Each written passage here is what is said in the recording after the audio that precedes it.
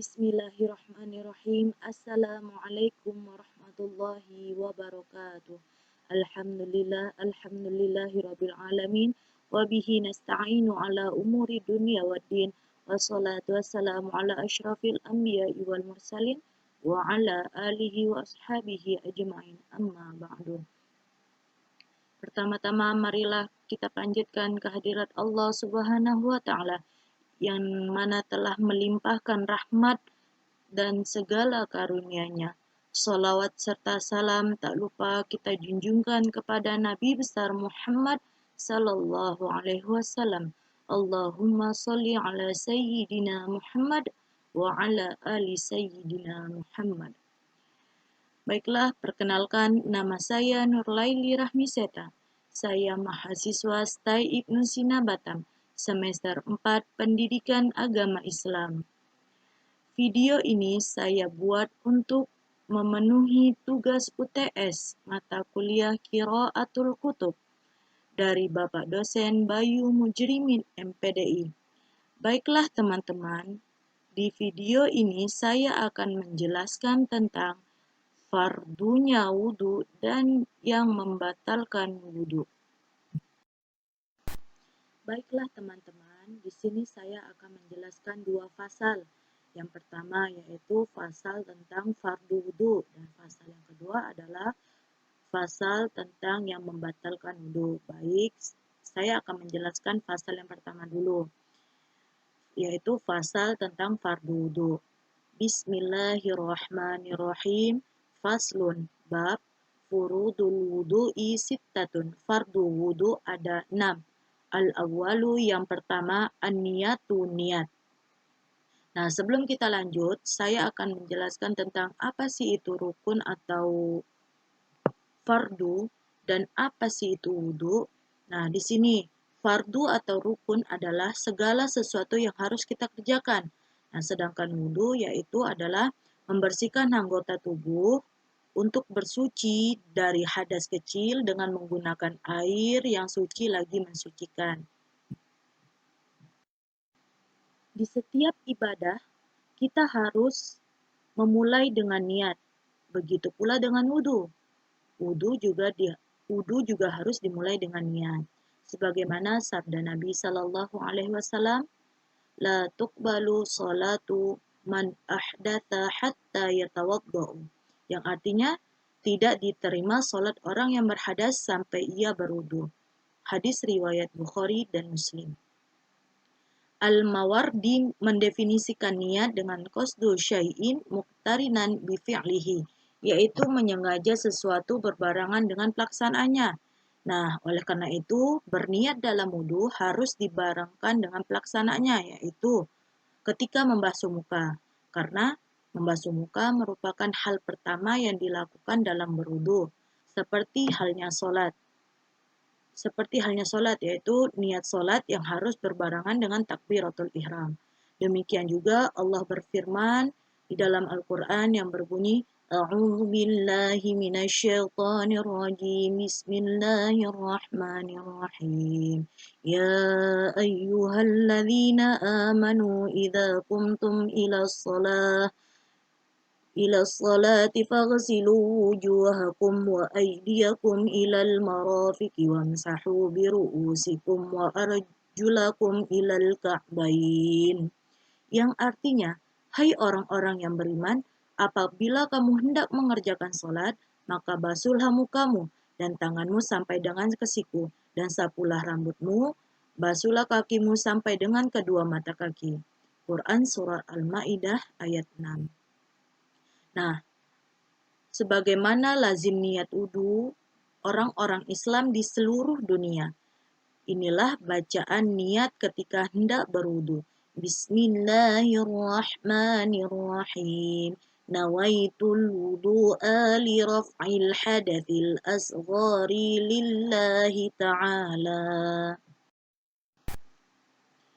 Baik, selanjutnya ats-tsani yang kedua, ghuslul wajhi, yaitu membasuh wajah.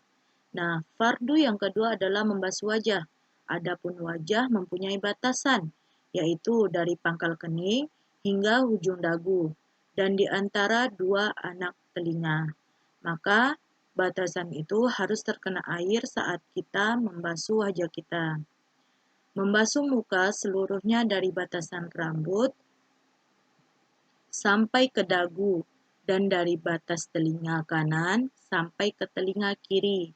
Allah berfirman di dalam Quran Surah Al-Ma'idah ayat ke-6 yang artinya, "Hai orang-orang yang beriman, apabila kamu hendak mengerjakan sholat, maka basuhlah mukamu dan tanganmu sampai dengan siku."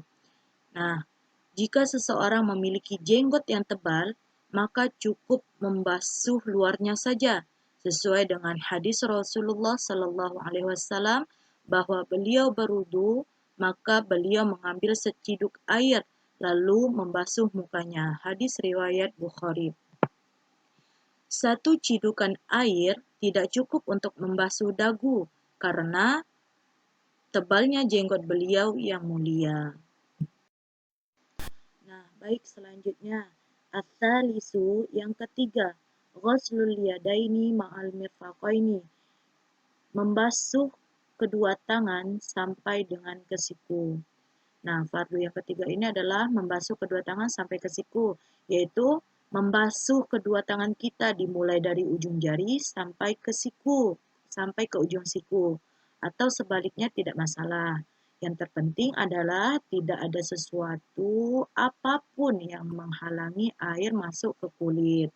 Nah, selanjutnya adalah ar-rabi'u yang keempat, mashu syai'in minar ra'si, yaitu mengusap sebagian dari kepala.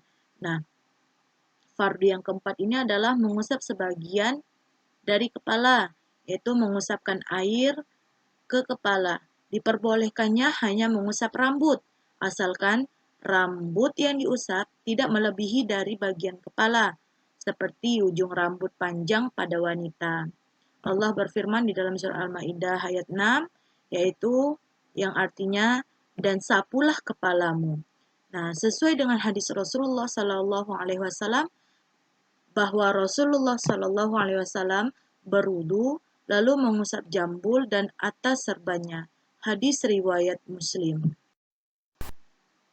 Baiklah, selanjutnya adalah al-khamisu yang kelima, ghuslur rijlaini ma'al ka'baini, yaitu membasuh kedua kaki sampai kedua mata kaki. Nah, anggota selanjutnya dalam fardunya wudu adalah kaki. Nah, kita diwajibkan mengalirkan air dari ujung jari kaki sampai mata kaki atau sebaliknya. Allah berfirman di dalam Quran surah Al-Ma'idah ayat 6 yang artinya, dan basuhlah kakimu sampai dengan kedua mata kaki. Dan yang terakhir adalah as-sadisu yang keenam, at-tartibu, yaitu tertib. Nah, dan yang terakhir adalah tertib. Tertib di sini adalah melakukan fardu dengan fardu yang lain secara berurutan. Nah, tertib artinya teratur seperti membasuh muka dahulu baru tangan.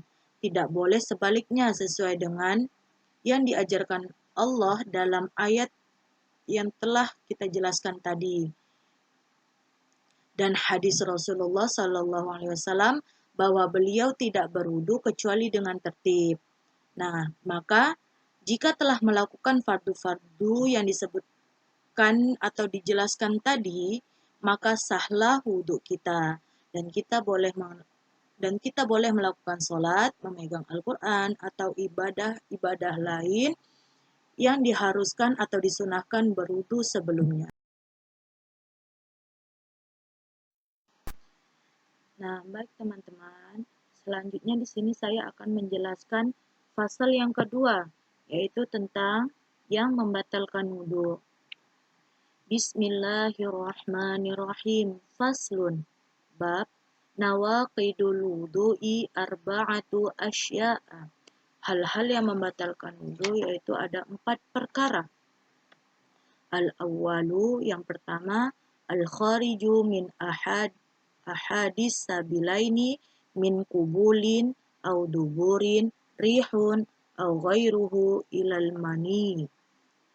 Itu adalah segala sesuatu yang keluar dari kemaluan depan maupun belakang, baik berupa angin atau benda yang lainnya kecuali air mani. Nah, kemaluan depan atau belakang adalah tempat keluarnya kotoran. Segala sesuatu yang keluar darinya, apapun bentuknya, maka membatalkan wudhu. Baik yang keluar adalah sesuatu yang umum seperti kotoran dan seperti ketika kita membuang air kecil. Nah, ataupun yang jarang terjadi seperti darah dan cacing. Semua itu membatalkan wudhu kecuali air mani. Baik, selanjutnya. Atsani yang kedua, zawalul aqli binaumin au ghairihi ila nauma qa'idin mumakkinin maq'adahu minal ardi. Yang artinya hilangnya akal karena tertidur atau lainnya, kecuali tidurnya seseorang yang duduk dalam keadaan tetap, tidak berubah dari tempat duduknya. Nah, seseorang yang kesadarannya hilang dengan sebab apapun, misalnya tidur, pingsan, gila, dan lain sebagainya, maka menyebabkan batal wudunya. Rasulullah Shallallahu Alaihi Wasallam bersabda, al-ainani waka usahi paman nama falyatawaddau. Yang artinya, kedua mata adalah pengikat lubang anus. Barang siapa yang tidur, maka hendaknya ia berwudu. Nah, artinya kesadaran adalah pengikat atau kuncinya dubur. Ketika seseorang dalam keadaan sadar, maka ia bisa menahan atau mengeluarkan segala sesuatu yang akan keluar dari dubur. Nah, sehingga ketika tidak dalam keadaan sadar, lubang anus tidak terkunci. Hal inilah yang membatalkan wudhu.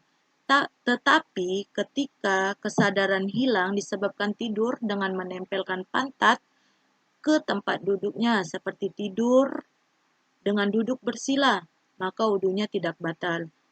Hal ini berdasarkan hadis yang diriwayatkan dari sahabat Anas radhiyallahu anhu. Beliau berkata, "Kana ashabul Rasulillah sallallahu alaihi wasallam yanamu lam yusalluna wa la yatawaddauna." Yang artinya, sahabat-sahabat Rasulullah mereka tertidur, kemudian mereka sholat tanpa berwudu lagi. Nah, dalam riwayat lain disebutkan juga, yanamu hatta takhfiqu ru'usahumul ardu. Mereka tertidur sehingga kepala mereka mengangguk-anggukkan ke bumi. Baik, selanjutnya ialah as-salisu yang ketiga, iltiqa'u basyaratai rajulin wa mra'atin kabiraini min ghairi ha'ilin.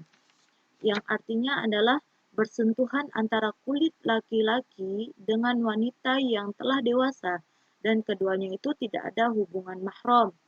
Nah, sedangkan waktu bersentuhan keduanya tidak ada penghalangnya. Nah, di sini Allah Subhanahu wa taala berfirman, "Aulamastumun nisaa", yang artinya atau kamu telah menyentuh perempuan. Nah, bersentuhan kulit laki-laki dengan perempuan tidak serta-merta membatalkan wudhu, tetapi bersentuhan yang membatalkan adalah yang memenuhi beberapa syarat, yaitu satu, yaitu bersentuhannya sama-sama dengan kulit. Termasuk kulit adalah gusi dan lidah, sedangkan rambut, gigi, gusi tidak termasuk dalam kategori kulit. Sehingga tidak batal wudhunya jika yang disentuh adalah bagian-bagian tersebut. Yang kedua, berbeda jenis. Nah, jika yang bersentuhan kulit adalah orang-orang yang sejenis, laki-laki dengan laki-laki atau perempuan dengan perempuan, maka hal tersebut tidak membatalkan wudhu. Nah, yang ketiga adalah sama-sama besar. Artinya, kedua orang yang bersentuhan adalah orang yang sama-sama besar, meskipun kedua orang yang bersentuhan belum menginjak usia balik. Orang yang dianggap besar yaitu orang yang secara umum telah mencapai batasan syahwat. Sekiranya jika ada seseorang yang berwatak sehat, maka ia berkeinginan untuk menikahinya. Nah, selanjutnya yang keempat adalah keduanya tidak ada hubungan mahram. Mahram adalah orang-orang yang haram atau tidak boleh dinikahi. Mahram terbagi menjadi tiga, yaitu mahram karena sebab nasab, sebab pernikahan, dan sebab persusuan. Mahram sebab nasab ada 7, yaitu ibu, anak kandung perempuan, saudara perempuan, bibi, saudara ayah, bibi, saudara ibu, keponakan perempuan, baik dari saudara laki-laki maupun perempuan. Selanjutnya, mahram sebab persusuan, itu ada 7 juga. Sama seperti mahram karena sebab nasab. Nah, selanjutnya yaitu mahram sebab pernikahan ada 4, yaitu ibu, istri yaitu maksudnya ibu mertua. Selanjutnya, anak dari istri. Selanjutnya, istrinya bapak. Selanjutnya, yang terakhir adalah istrinya anak atau menantu perempuan. Nah, jika bersentuhan kulit dengan orang-orang yang telah dijelaskan tadi, maka wudunya tidak batal. Tetapi jika bersentuhan bukan dengan orang-orang tersebut, maka wudunya batal. Adapun menyentuh istri adalah batal wudunya. Nah, itu adalah bersentuhan tanpa penghalang. Nah, jika bersentuhan tetapi ada penghalang, meski tipis, maka wudunya tidak batal. Dari syarat-syarat tersebut, maka jika salah satu syarat tidak terpenuhi, maka wudunya tidak batal. Batalnya wudu yaitu karena sebab bersentuhan kulit antara laki-laki dan perempuan. Berlaku untuk orang yang menyentuh batal wudunya, dan orang yang disentuh batal wudunya. Nah, belum balik, lumpuh, dipaksa, atau mayit. Tetapi yang batal wudunya adalah yang menyentuh saja, bukan mayitnya. Baiklah, yang terakhir adalah ar-rabi'u, yang keempat, masuk kubuli adamihi au halaqati duburihi bibakni rahati au butuni asabi'i, yang artinya menyentuh kubul atau lingkaran duburnya, baik miliknya atau milik orang lain, dengan telapak tangan atau telapak jari-jari tangan. Nah, dalam hadis Nabi bersabda, "Man massa farajahu falyatawaddau," yang artinya barang siapa menyentuh kemaluannya maka hendaknya ia berwudu. Dan beliau juga bersabda dalam hadis lain, "Idza afdha ahadukum biyadihi ila farjihi wa laisa bainahuma sitron wala hijabun falyatawaddau," yang artinya jika salah seorang di antara kalian menyentuh kemaluannya dengan telapak tangan, tidak ada penutup dan penghalang antara keduanya, maka hendaknya ia berwudu. Nah, kesimpulannya adalah menyentuh kemaluan termasuk hal-hal yang membatalkan wudu dengan syarat sebagai berikut. Yang pertama ialah menyentuh dengan telapak tangan. Nah, maksudnya adalah telapak tangan yang dimaksud di sini adalah daerah yang tertutup ketika dua telapak tangan ditempelkan dengan sedikit menekan, sehingga menyentuh dengan pinggir telapak tangan bagian antara dua jari atau dengan selain telapak tangan, maka tidak membatalkan wudu. Yang kedua ialah yang disentuh adalah kubul dan lingkaran dubur. Kubul adalah batang zakar pada laki-laki dan pertemuan dua bibir misfi pada perempuan. Sehingga jika telapak tangan menyentuh kubul atau lingkaran lubang anus, maka membatalkan wudu. Jika yang disentuh bukan bagian ini, maka tidak membatalkan wudunya. Nah, yang ketiga adalah yang disentuh adalah kubul dan lingkaran dubur manusia. Menyentuh kubul atau lingkaran lubang anus yang membatalkan wudu, meskipun dari mayit atau kemaluan yang impoten. Jika menyentuh kemaluan hewan, maka tidak membatalkan wudunya. Nah, sekarang yang terakhir adalah tanpa penghalang antara telapak tangan dan farji. Jika ada penghalang ketika menyentuh kubul atau lingkaran lubang anus, maka tidak membatalkan wudunya. Oke, baiklah teman-teman. Mungkin cukup sekian penjelasan dari saya. Semoga video ini dapat bermanfaat bagi diri saya sendiri ataupun yang menonton dan lain-lain. Nah, akhirul kalam, wallahul muwafiq ila aqwamit thoriq. Wassalamualaikum warahmatullahi wabarakatuh.